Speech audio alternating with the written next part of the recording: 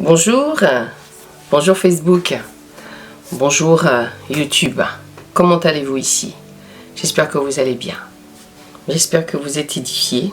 J'espère que vous êtes nourris. Et j'espère que tout ce que le Seigneur me donne, vous en profitez en bon escient. Et que ça vous emmène à évoluer, que ça vous amène à vous poser des questions. Que ça vous amène à vous épanouir en fait dans la vie chrétienne où nous sommes actuellement. Merci Seigneur encore pour ta parole. Yahweh, je m'abandonne à toi encore. Je m'abandonne tout à toi. Et je te laisse encore faire ce que tu veux. Moi je m'efface et je te laisse encore parler à ton peuple et nous donner encore les informations que tu pourras nous donner en ce moment. En ce moment que tu permets, ce moment de cette grâce que tu me fais personnellement. Au nom de Jésus. Amen. Alors les bien-aimés, on est lundi. Dieu a fait grâce qu'on puisse nous retrouver ce lundi. Et comme chaque lundi, ou pas le lundi, ça dépend de comment le Seigneur permet, je vous fais un petit check en fait pour vous expliquer un peu comment ça fonctionne au niveau de cette page, de ce compte Facebook et YouTube. Alors du lundi au mardi, on lit la Bible. On lit la Bible parce que le slogan ici, c'est lire la Bible, aimer Jésus, la prière, l'intimité, l'autocritique avec le Seigneur et de prendre conscience du péché. Parce que c'est le péché qui a éloigné Adam et Ève de Dieu. Le Seigneur les a chassés du jardin à cause du péché. Et comme je dis maintenant, il n'y a pas de petit péché, il n'y a pas de grand péché. Un péché reste un péché devant les dieux, devant le Seigneur. Il n'y a pas le petit péché mignon. Non, un péché reste un péché devant le Seigneur. Donc du lundi au mardi, on a des exhortations, on a la lecture, on a les enseignements que le Seigneur me donne. Le mercredi, ça dépend des mercredis, avec le travail, comment je jongle. Voilà, sinon logiquement le mercredi, il n'y a rien. Mais si j'ai un temps, je vous donne ce que j'ai. Le vendredi, logiquement, c'est un témoignage et le samedi, il y a une prière pour toi. Et logiquement, le vendredi aussi, il y a un groupe de prière qui s'appelle Eau Édifie Prière. Donc du coup, aujourd'hui, on est en train de revoir encore un petit peu ça avec les sœurs avec qui nous partageons. Donc si toi, ça t'intéresse, éventuellement, tu peux toujours me contacter pour pouvoir prier ensemble. J'ai de la nuée dans les lunettes. Il fait un peu chaud là. Et donc du coup, aujourd'hui nous sommes lundi et nous avons commencé depuis déjà 2 semaines sur la lecture de Joseph. On est sur la Genèse. Je pense qu'on est sur la Genèse 41. D'accord? On est sur la Genèse 41 où nous allons parler de Joseph qui interprète le songe de Pharaon. On était à la Genèse 40 la semaine dernière où on a fait tout le tour un petit peu de Joseph et finalement, je ne vais pas faire de récap ici, je vous fais juste un petit peu le point de là où nous sommes. Donc nous sommes sur la Genèse 41 que nous allons lire maintenant. Entre temps c'était les échansons, entre temps c'était Pharaon qui a fait le songe, les échansons qui étaient en prison et qui sont tombés sur Joseph et ainsi de suite puisque Joseph aussi était emprisonné. C'est juste pour vous faire un petit topo par rapport à l'histoire. Pour vous qui ne lisez pas, comme ça vous permettra aussi d'aller lire. Donc voilà, je pense que j'ai tout dit. Donc sans tarder, nous allons commencer. Donc du coup, je vais mettre mes lunettes, que nous puissions lire correctement. Donc, nous allons lire sur Joseph interprète le songe de Pharaon. Lisons la Bible les bien-aimés. Comme je disais la dernière fois, que toi qui passes par ici, ici, il n'y a pas de, comment dire, il n'y a pas de prophétie. Ici, je ne prophétise pas. Ici, je ne prophétise pas. Ici, là, je sais pas, c'est pas la prophétie. Ici, on rentre dans la lecture. On est amené à lire. Donc, c'est que le Seigneur, lui, souhaite là. C'est là où je suis actuellement. C'est dans la lecture. On lit la Bible et on demande à ce que le Seigneur nous aide parce que ce sont les fondamentaux. Et le fondamental ici, c'est de lire la Bible. Donc, nous continuons notre lecture dans l'histoire de Joseph. Comme je vous ai dit, le Seigneur veut nous enseigner dans l'histoire de Joseph. Il veut vraiment que nous comprenions cette histoire en même temps qui est belle, qui est forte, qui est puissante. Il y a beaucoup de pleurs à l'intérieur, où on voit quand même les souffrances de Joseph, comment il a été arraché de son pays de son père, de comment ses frères lui ont vendu. Il arrive chez Potiphar et Potiphar, tout se passe très bien parce que la Bible dit que Dieu est avec lui, Dieu partage, Dieu est avec Joseph, Dieu est vraiment avec lui, quoi. Donc il lui fait des grâces, il y a eu la femme de Potiphar, il se retrouve en prison. Enfin, il y a beaucoup d'étapes en fait. Il y a beaucoup d'étapes qui se passent dans la vie de Joseph, qui est semblable à notre vie, à nous en tant que chrétiens. Des étapes que nous pourrons faire, que nous faisons tous les jours par rapport aux accusations, par rapport à tout ce qui se passe quand on est chrétien, réellement chrétien, réellement disciple de Jésus. Des épreuves que nous pouvons avoir tous les jours. Et je crois que le Seigneur va nous enseigner, parce que le Seigneur m'a demandé de lire ce livre en commençant par l'histoire de Joseph, et puis après nous allons retourner au premier, donc pour savoir un petit peu comment tout ça s'est passé, la création du monde. Donc ceci dit, ben voilà, c'est ce que j'ai eu dans mon cœur de rajouter. Alors nous allons lire maintenant, et puis voilà, on ne lit pas, comprenons ce que le Seigneur veut nous dire, et que le Seigneur puisse encore nous enseigner. Papa, vraiment enseigne-nous encore, amène-nous encore dans tes profondeurs dans cette lecture, au nom de Jésus. Alors Joseph interprète le songe de Pharaon. Mais il arriva qu'au bout de 2 ans entiers, Pharaon eut un songe. Attendez. Je pense qu'on est car Dieu qui donnera une réponse. Voilà, en fait, on est justement au chapitre 41, au verset 17. Ce n'est pas moi. Au 16, Joseph dit, et Joseph répondit à Pharaon en disant, ce n'est pas moi, c'est Dieu qui donnera une réponse concernant la paix de Pharaon suite au songe qu'il a fait. Donc je vous laisse aller regarder les anciennes vidéos pour pouvoir vous-même faire le point avec cette lecture. Il faut commencer par le début.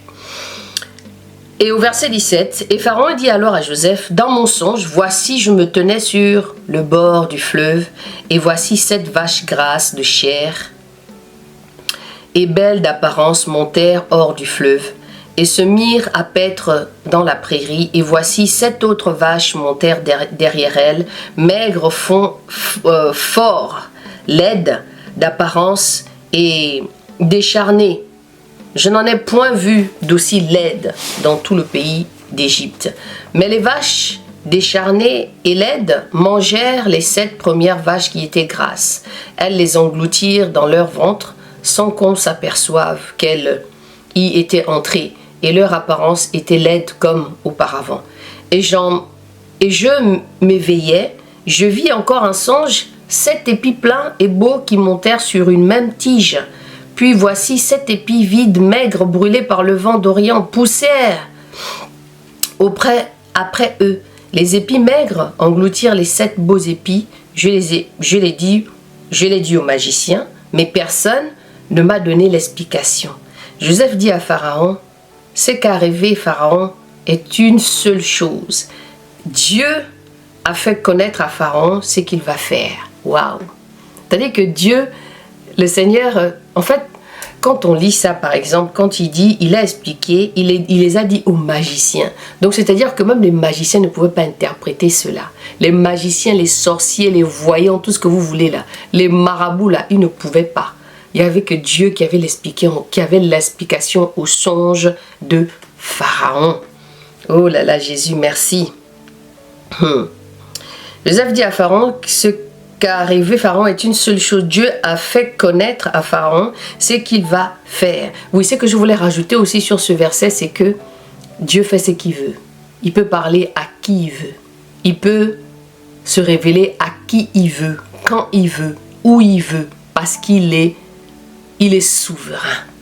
Si Dieu veut se révéler à toi, il va se révéler à toi. S'il veut se révéler à moi, il va se révéler à toi. S'il veut se révéler à ton voisin qui n'est pas chrétien, il va le faire.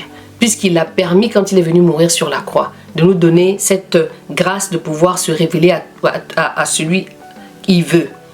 Parce qu'à l'époque, quand on voulait entendre la voix de Dieu, on allait chez les prophètes. Mais aujourd'hui, quand Jésus est venu mourir sur la croix, c'est pour que toi et moi, lui et elle, n'importe qui s'agenouille et qui appelle Yahweh en esprit et en vérité, ben notre Dieu se révèle. Est-ce que c'est pas magnifique ça?